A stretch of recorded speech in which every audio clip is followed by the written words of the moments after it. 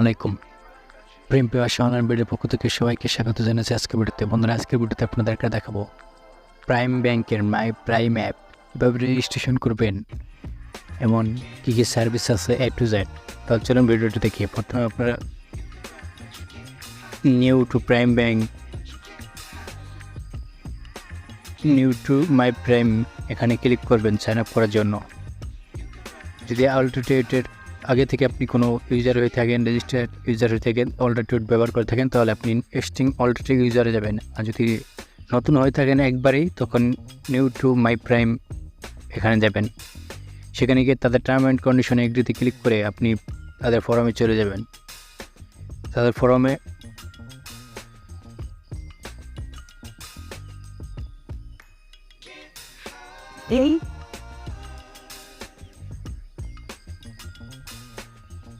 এবং mobile number উঠিয়ে submit button click করবেন। তারা মাই প্রাইমে ঢুকে অ্যাকাউন্ট নাম্বার এবং মোবাইল নাম্বার দিয়ে সাবমিট বাটন ক্লিক করবেন। SMS আপনি ইমেলে নিতে চান না মোবাইল নিতে চান সেটা দিয়ে সাবমিট বাটনে ক্লিক করলে আপনার মোবাইলে একটা SMS যাবে। সেই SMSটা বসে সাবমিট OTP ক্লিক করে দেবেন।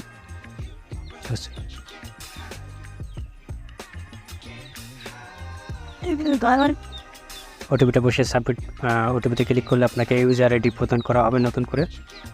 এই ইউজার আইডিটা আপনি কপি করে রাখবেন, এটাই আপনার লগ ইন ইউজার আইডি এবং পাসওয়ার্ডটা আপনাকে ইমেলে পাঠানো হয়েছে, সেটাই দেখানো হয়েছে। কপি করে নিলাম।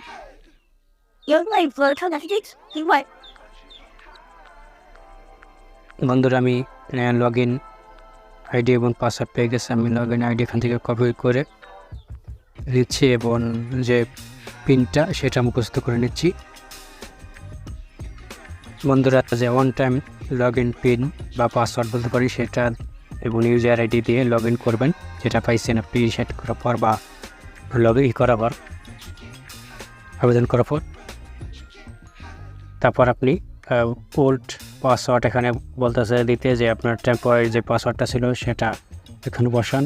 সেই পাসওয়ার্ডটা এখানে বসাবেন, নতুন করে পাসওয়ার্ড দেবেন এবং কপি পাসওয়ার্ড দেবেন এবং রিসেট পাসওয়ার্ডে ক্লিক করবেন। আপনার যে অল্টারনেটিভ ইউজার আইডি দেখতে পারবেন নিচের দিকে, একবার নিচের দিকে আগে যেটা ব্যবহার করতেন সেটা অ্যাডজাস্ট হয়ে যাবে সেটার সাথে। বন্ধুরা, টেম্পোরারি যে পাসওয়ার্ড সেটা এবং নতুন পাসওয়ার্ড এবং কনফার্ম পাসওয়ার্ড দিয়ে রিসেট পাসওয়ার্ড এখানে ক্লিক করে দেবেন বা লগ ইন। দেখুন সাকসেসফুল হয়ে গেছে পাসওয়ার্ড চেঞ্জ বা পাসওয়ার্ড নতুন করে পাওয়ার জন্য বা নতুন করে ঢোকার জন্য আমি চলে এসেছি মূল পেজে। এখানে দেখতে পাচ্ছেন আমার একটা অ্যাকাউন্ট, দুইটা অ্যাকাউন্ট আছে এবং আমাকে ফিচারগুলো দেখানো হচ্ছে যে কী কী ফিচার আছে এখানে। বন্ধুরা, দেখতে পাচ্ছেন আমার নতুন ফিচারগুলো মাই প্রিমিয়াম ঢুকে গেছে। এখানে ফান্ড ট্রান্সফার প্রথমে দেওয়া আছে এবং এখানে অ্যাকাউন্ট কার্ড দেওয়া আছে একটা। এই কার্ডে আপনার অ্যাকাউন্ট নাম এবং ব্যালেন্স দেখাবে।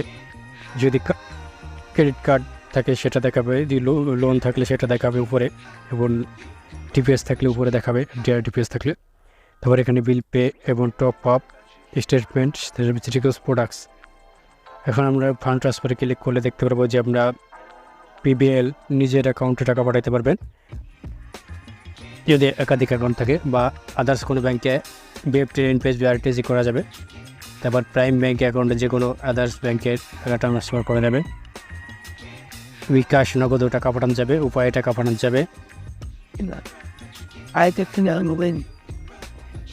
ওকে ওয়ালেটেও BFT করে টাকা পাঠানো যাবে এবং রকেটেও BFT করে টাকা পাঠানো যাবে।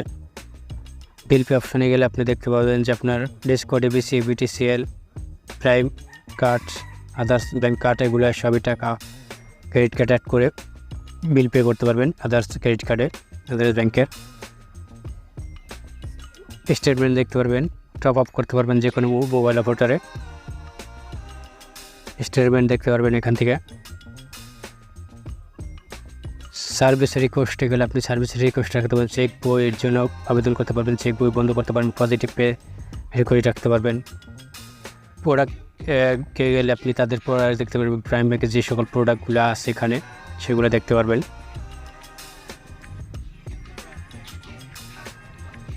বন্ধুরা, ভিডিওটা এ পর্যন্ত যদি একটু হেল্পফুল হয়ে থাকে তাহলে লাইক বাটন ক্লিক করে লাইক করে দেবেন এবং